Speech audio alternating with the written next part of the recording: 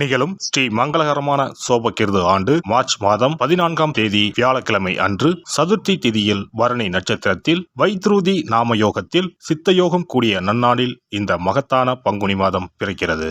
பிறக்கும் இந்த பங்குனி மாதத்தின் கிரக நிலைகளை பார்க்கும்போது மேசத்தில் குரு பகவானுடன் இணைகிறார் சந்திர பகவான். கன்னி ராசியில் கேது பகவானும் மகர ராசியில் செவ்வாய் பகவானும் உள்ளனர். சூரிய பகவான், புதன் பகவான், ராகு பகவான் மீனராசியில் சஞ்சாரம் செய்கின்றனர். கும்பராசியில் சனி பகவானுடன் சுக்கிரன் உள்ளார். இம்மாத கிரக பெயர்ச்சி என எடுத்துக்கொண்டால் செவ்வாய் பகவான் மகரத்தில் இருந்து கும்பராசிக்கு பெயர்ச்சி அடைகிறார். சுக்கிர பகவான் கும்பத்தில் இருந்து மீனராசிக்கு பெயர்ச்சி அடைகிறார். சந்திர பகவானை பொறுத்தவரை மேசத்தில் ஆரம்பித்து 2.25 நாட்கள் வீதம் 12 ராசிகளை கடந்து ரிஷபத்தில் அமர்ந்து பலன்களை தரப்போகிறார். இம்மாத சிறப்பாக குரு பகவான் நீச நிலையில் இருந்து வக்ர நிலைக்கு மாறுகிறார். இதன் காரணமாக உச்ச பலன்களை அள்ளித் தரப்போகிறார் குரு பகவான். இந்த கிரக அமைப்பினால் உங்கள் வாழ்வில் ஏற்படக்கூடிய சுப மற்றும் அசுப பலன்கள் என்ன என்பதனையும், அசுப பலன் ஏற்படுமாயின் ராசிக்காரர்கள் செய்ய வேண்டிய பரிகாரம் என்ன, வழிபட வேண்டிய தெய்வம், வழிபடும் முறை என்ன என்பதனை பற்றி விரிவாக காண்போம். பிறக்கப் போகும் இம்மாதம் உங்கள் வாழ்வில் வளமும் நலமும் செல்வ செழிப்பும் பெற்று வாழ்வின் உயரிய நிலையை அடைய எல்லாம் வல்ல எம்பெருமானை வேண்டி விரும்பி கேட்டுக்கொள்கிறேன். கடகராசி அன்பர்களே, இந்த மாதம் பல்வேறு நன்மைகள் உண்டாகும். கடினமான பணிகளையும் செய்து முடிக்கும் துணிச்சல் ஏற்படும். காரிய வெற்றியால் மனதில் சந்தோஷம் உண்டாகும். இருக்கும் இடத்தை விட்டு வெளியில் சென்று தங்க நேரலாம். தொழில் வியாபாரம் மிகவும் சிறப்பாக நடைபெறும். பணவரத்து எதிர்பார்த்தபடி இருக்கும். வியாபாரம் மற்றும் தொழிலை விரிவுபடுத்துவது பற்றிய திட்டங்களை செயல்படுத்துவீர்கள். பயணங்கள் சாதகமான பலனை தரும். உத்தியோகஸ்தர்கள் முன்னேற்றம் காண்பார்கள். வேலை பற்றிய கவலைகள் நீங்கும்.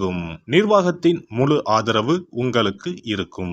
குடும்பத்தில் ஏதாவது ஒரு விஷயம் தொடர்பாக வாக்குவாதம் ஏற்படும். கணவன் மனைவி அனுசரித்து செல்வது நல்லது.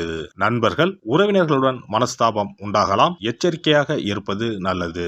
பெண்களுக்கு எந்த ஒரு காரியத்தையும் செய்து முடிக்க கூடுதல் நேரம் உழைக்க வேண்டி இருக்கும். பணவரத்து எதிர்பார்த்தபடி இருக்கும். வாக்குவாதங்களை தவிர்ப்பது நல்லது. மாணவர்கள் மற்றவர்களை அனுசரித்து செல்வது நன்மை தரும். விளையாட்டுகளில் கவனம் செலுத்துவதுடன் கல்வியிலும் கூடுதல் கவனம் நன்மை தரும். கலைத்துறையினர் மிகவும் மகிழ்ச்சியாகவும் ஆர்வமாகவும் காணப்படுவீர்கள். வெற்றிகள் நிறைய கிடைக்கும். தூர தேச பயணம் மேற்கொள்வீர்கள். அரசியல்வாதிகளை பொறுத்தவரை வாக்கு கொடுக்கும் போது கவனமாக இருக்கவும். தேவையில்லாத இடங்களில் நிறைய பேச வேண்டாம். கவனமாக இருக்கவும். நட்சத்திர பலன்கள் புனர்பூசம் 4ஆம் பாதம்.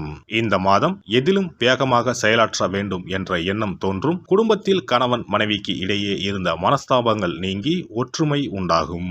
பிள்ளைகள் நீங்கள் சொல்வதை கேட்டு நடப்பது மன திருப்தியை தரும். பூசம் நட்சத்திரம். இந்த மாதம் உங்களது ஆலோசனை கேட்டு குடும்பத்தில் இருப்பவர்கள் செயல்படுவார்கள். ஆன்மீக நாட்டம் உண்டாகும். வீண் அலைச்சல் ஏற்படலாம். மாணவர்களுக்கு தொழில்நுட்ப கல்வியில் ஆர்வம் உண்டாகும்.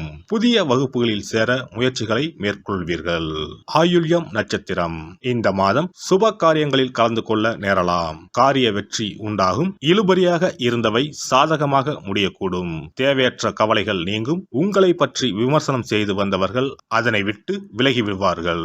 சரஸ்வதி தேவியை பூஜித்து வர காரியங்களில் வெற்றி உண்டாகும். கல்வியில் முன்னேற்றம் காணப்படும். அதிர்ஷ்ட கிழமைகள் ஞாயிறு மற்றும் புதன். அதிர்ஷ்ட தினங்கள் பங்குனி 17 மற்றும் 18. சிறப்பு பரிகாரம்.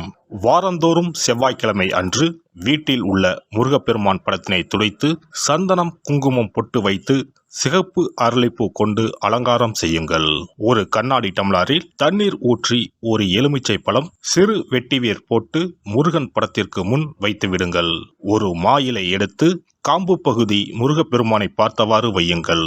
அகல் விளக்கில் நெய் தீபம் ஏற்றி மா இலையின் மீது வைக்க வேண்டும். தீபச்சுடர் முருகப்பெருமானை பார்க்கும் வண்ணம் இருக்க வேண்டும். கண்களை மூடி முருகப்பெருமானை மனமாற வேண்டி உங்கள் வேண்டுதல்களை வையுங்கள். பூஜை முடிந்த பிறகு அடுத்த நாள் டம்ளரில் உள்ள எலுமிச்சை பழத்தை உங்கள் வீட்டை சுற்றி திருஷ்டி கழித்து போட்டு விடுங்கள். 6 வாரங்கள் வரை இந்த வெட்டிவேரை மாற்ற தேவையில்லை. இவ்வாறு செய்து வழிபட்டு வர குடும்பத்தில் உள்ள எப்படிப்பட்ட கஷ்டமாக இருந்தாலும் அந்த கஷ்டத்திற்கு தீர்வு கிடைக்கும்.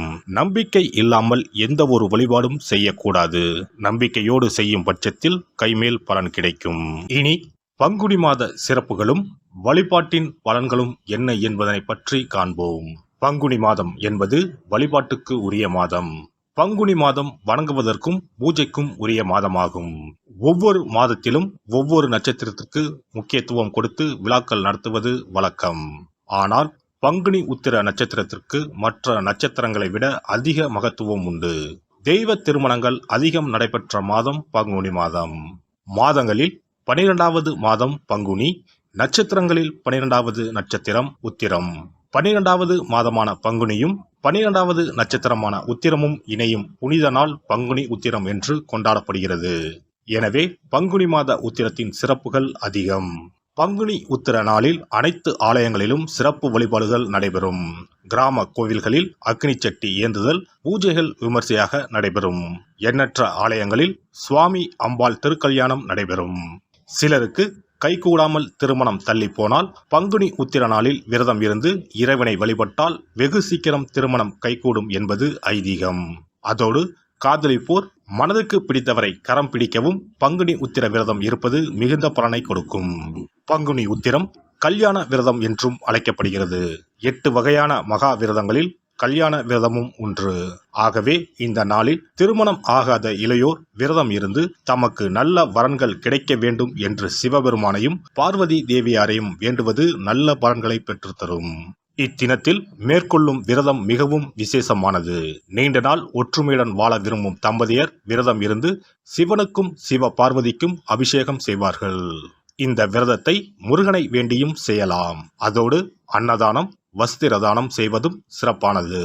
ஜாதக தோஷத்தால் திருமணம் தடைப்பட்டவர்கள் வழிபாடு மேற்கொள்ளவும் சிறந்த நாள் இதுவாகும். செவ்வாய் தோஷம் காரணமாக திருமண தடைகளை சந்திப்பவர்களுக்கு பங்குனி உத்திரத்தன்று முருகனை மனமுருகி வணங்கினால் திருமண தடைகள் நீங்கி திருமணம் சுபமாக முடியும். குழந்தை பேரில்லாமல் தவிப்பவர்கள் பங்குனி மாத விரதம் இருந்து அம்மன் கோவில்களுக்கு சென்று வழிபட அந்த அம்மனின் அனுக்கிரகத்தால் நிச்சயம் புத்திர பாக்கியம் கிடைக்கும். தொழில் மற்றும் வியாபாரங்களில் ஈடுபடுபவர்கள் தமிழ் வருடத்தின் கடைசி மாதமான பங்குனி மாத தினத்தில் திருஷ்டி பூசணிக்காய் வாங்கி உங்கள் வியாபார இடங்களை திருஷ்டி கழித்து அதற்குரிய நேரத்தில் உடைக்க வேண்டும். இப்படி செய்வதால் உங்களுக்கு இந்த ஆண்டு ஏற்பட்ட தோஷங்கள் அனைத்தும் நீங்கும். பங்குனி உத்திர நன்னாளில் நம்மால் முடிந்த அன்னதானங்களை செய்வது மிகுந்த புண்ணியம் தரும். எலுமிச்சை சாதம் அல்லது தயிர் சாதம் அல்லது சர்க்கரை பொங்கல் என அன்னதானம் செய்யலாம். அதேபோல் நம்மால் முடிந்த அளவுக்கு மஞ்சள், சரடு, குங்குமம், கண்ணாடி என மங்கள பொருட்களை பெண்களுக்கு வழங்குவது விசேஷ பலன்களை கொடுக்கும். முருகப்பெருமான் நமக்கு இதுவரை இருந்த காரிய தடைகள் அனைத்தையும் களைந்து நமக்கு நல்வழி காட்டி அருளுவார். பங்குனி மாதத்தில் அனைத்து நாட்களிலும் கோவிலுக்கு சென்று வருவது மிக்க பலனை தரும். மேலும் செல்வ செழிப்புடன் வாழ்வதற்கு உதவும். எல்லாம் வல்ல இறையருளால் நீங்களும் உங்கள் அன்பு குடும்பமும் உடல் நலம், நீலாயுள், நிறை செல்வம், உயர் புகழ், மெய்ஞானம் ஓங்கி வாழ்க வளமுடன். இந்த வீடியோ பதிவு உங்களுக்கு பிடித்திருந்தால் லைக் பண்ணுங்க, கமெண்ட் பண்ணுங்க, ஷேர் பண்ணுங்க. மறக்காம சப்ஸ்கிரைப் பண்ணுங்க. பக்கத்துல இருக்கிற பெல் பட்டனை கிளிக் பண்ணுங்க. நன்றி, வணக்கம். ஓம் நமச்சிவாய. சிவாய நம.